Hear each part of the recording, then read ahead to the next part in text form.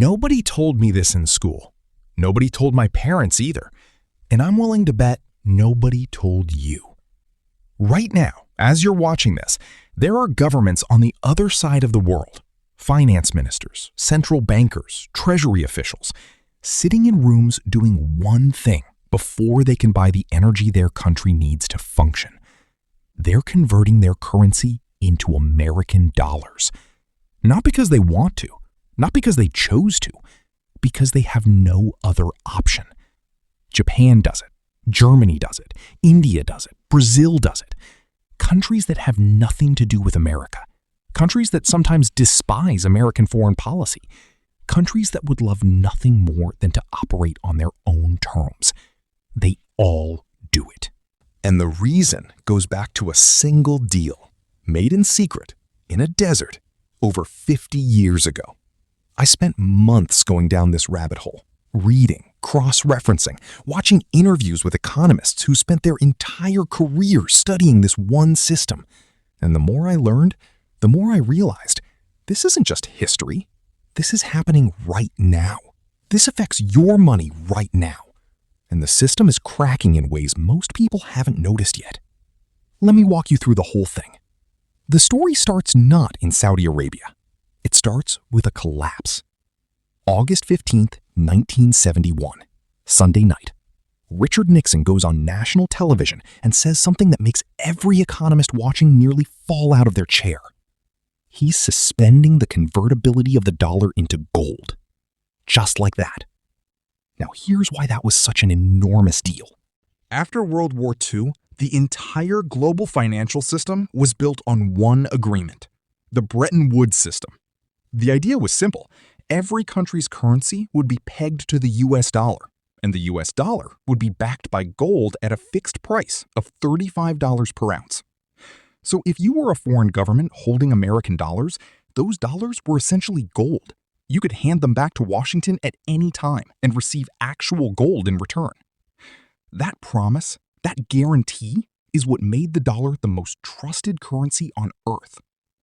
But America had been lying. Not loudly, not obviously, but systematically. Vietnam was expensive. The Cold War arms race was expensive.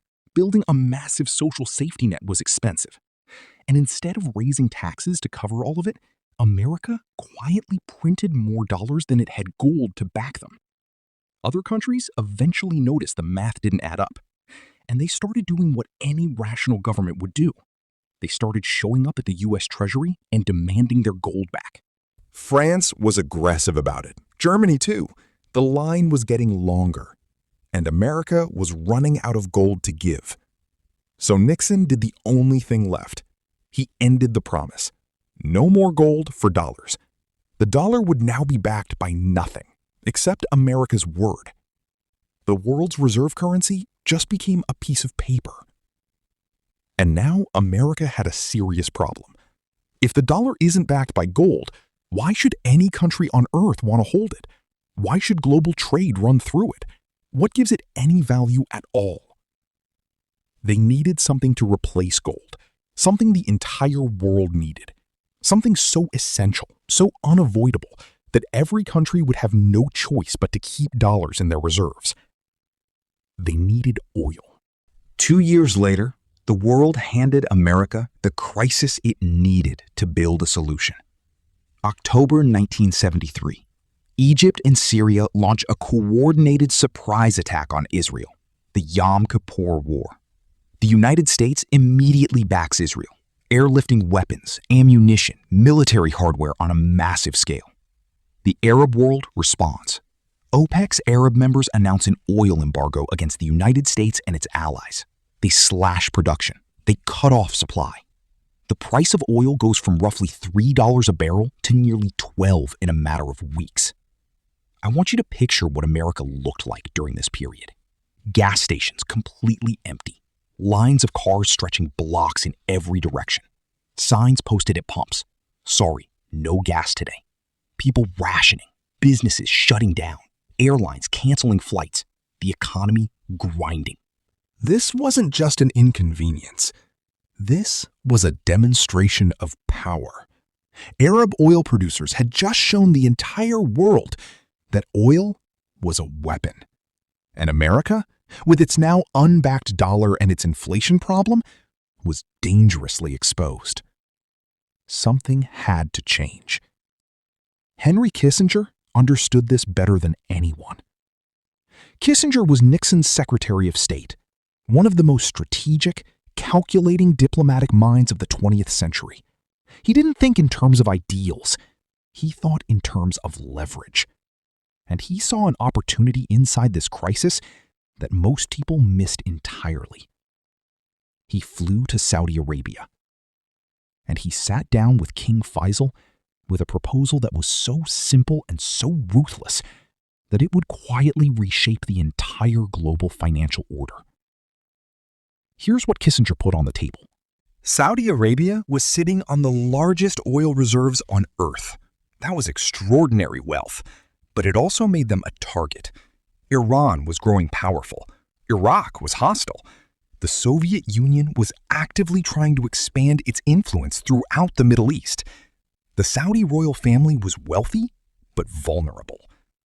Kissinger offered protection, full American military backing, advanced weapons sales, a security umbrella that would make Saudi Arabia essentially untouchable. In exchange, Saudi Arabia would agree to one condition: price all oil in US dollars. Every barrel, every transaction, every country that wanted Saudi oil would have to pay in American currency, and only American currency. King Faisal agreed in 1974.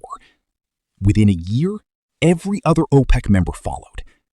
And with that, something that no law created, no international agreement formalized, no public ever voted on, the petrodollar system was born.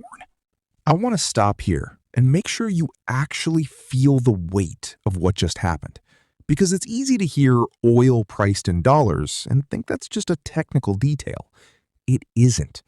It is the architecture of American financial dominance for the next 50 years. Here's why. Every country on Earth needs energy. That is not optional. Factories need it. Transportation needs it. Agriculture needs it. Hospitals need it. Heating and cooling need it. There is no modern economy that functions without energy.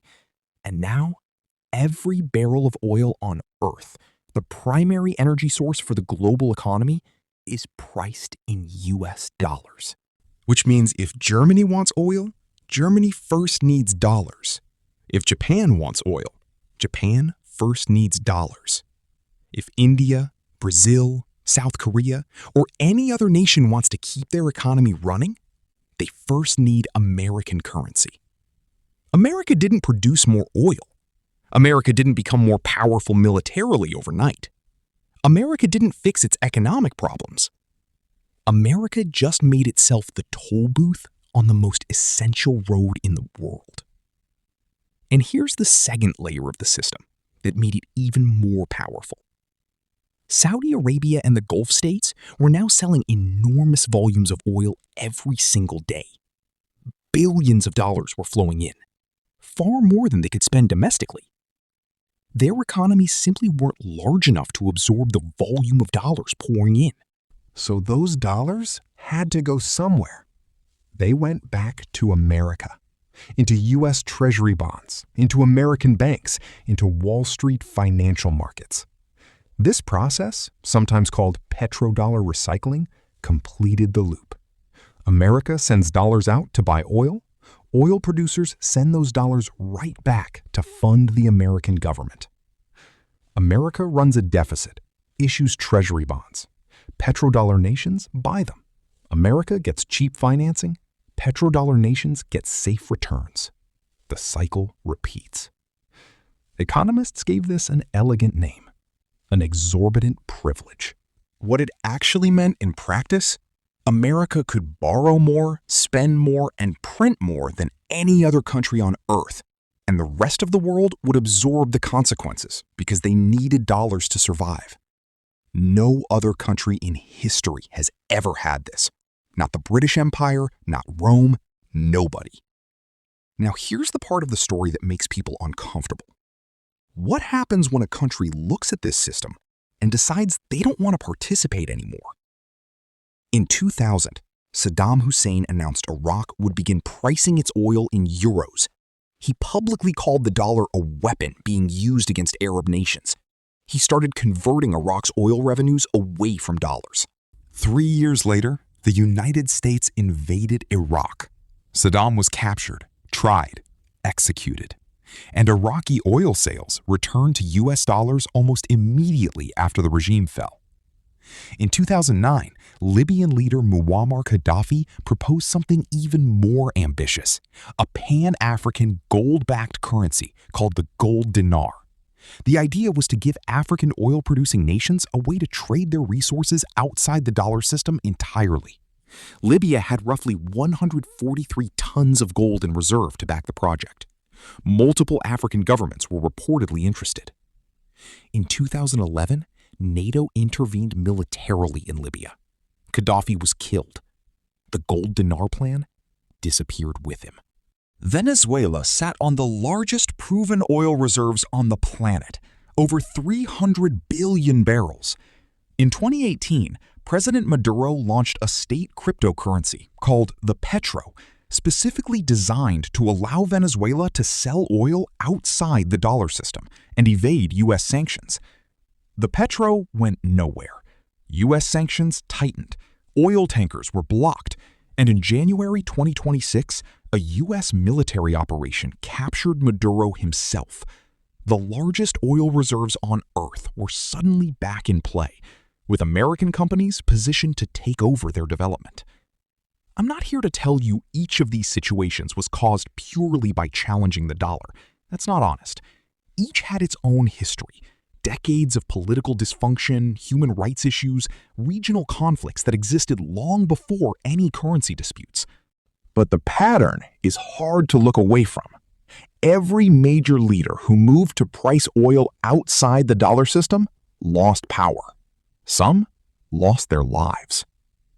Correlation isn't always causation, but at some point, the pattern becomes the message. For half a century, this system ran without any real challenge. The dollar's share of global reserves climbed above 70%. U.S. Treasury bonds became the world's default safe asset. American financial markets became the center of gravity for global capital. And then, in 1 week in early 2022, everything changed. Russia invaded Ukraine. The U.S. and its allies responded by freezing nearly $300 billion of Russia's foreign reserves, sovereign wealth that Russia had legally accumulated and deposited in Western financial institutions over decades. Frozen. Overnight. The message was clear. America was willing to use the reserve currency itself as a weapon. And every government on Earth that held dollar reserves received that message loud and clear. I talked to a few people who follow this space closely, former finance professionals, economists who track reserve currency trends, and almost all of them said the same thing. The freezing of Russia's reserves was a turning point that cannot be undone, because it showed the world that dollar reserves aren't truly sovereign. They're only yours as long as Washington says they are. The response was immediate, and it's been building ever since. China began systematically reducing its U.S. Treasury holdings, cutting from a peak of over $1.3 trillion down to roughly $600 billion. And simultaneously, China went on the most aggressive gold buying spree in decades. Russia and China expanded direct trade settlement in their own currencies. Brazil and China struck deals to bypass the dollar entirely. India started paying for Russian oil in rupees. And then came the moment that symbolized just how much had shifted. Saudi Arabia, the country that shook hands with Kissinger in 1974 and built this entire system, publicly stated it was open to accepting currencies other than the US dollar for oil sales. The founder of the petrodollar said out loud that the petrodollar was negotiable. The numbers reflected. The dollar's share of global reserves has dropped from 72% in 2001 to under 58% today. Central banks added over 1,000 tons of gold to their reserves in 2024 alone. The Chinese yuan went from essentially zero global reserve share a decade ago to roughly 2% today. Small numbers, but the direction is clear, and the momentum is real. And underneath all of this sits a threat that no geopolitical deal can neutralize: the energy transition. 1 in 4 cars sold globally in 2025 was electric. Renewable energy is scaling faster than any prior energy transition in recorded history. The world is slowly, but measurably, reducing its dependence on oil. And if the world needs less oil, the world needs fewer dollars to buy that oil. The petrodollar was built on a structural dependency, and that dependency is slowly being engineered away. Here's where I land after going deep on all of this. The petrodollar is not collapsing tomorrow. The numbers don't support that narrative. The US dollar still runs 88% of all global foreign exchange transactions. About half of all international trade is still invoiced in dollars. No single alternative, not the yuan, not gold, not any cryptocurrency, comes close to replacing that infrastructure. The machine still runs, but the machine is aging. And for the first time in 50 years, the world is seriously looking for alternatives, not out of ideology, but out of self-interest. Countries watched Russia's reserves get frozen and did the math on their own vulnerability. That math is changing behavior. And here's the thing that actually keeps me up at night thinking about this. The systems we assume are permanent, the systems that feel so embedded in daily life that questioning them feels almost ridiculous, those are the systems with the most history of eventually failing. The British pound was the world's reserve currency for over a century, until it wasn't. The gold standard felt unshakable, until Nixon ended it in 5 minutes on a Sunday night. The petrodollar has run the world for 50 years. The next 50 years haven't been written yet. And whether you're thinking about your savings, your investments, or just trying to understand why the world works the way it does, knowing this system exists, knowing how it was built, and knowing the pressure it's currently under, that knowledge matters. Because the people who saw the shifts coming early were never the ones who assumed the current system would last forever. They were the ones paying attention.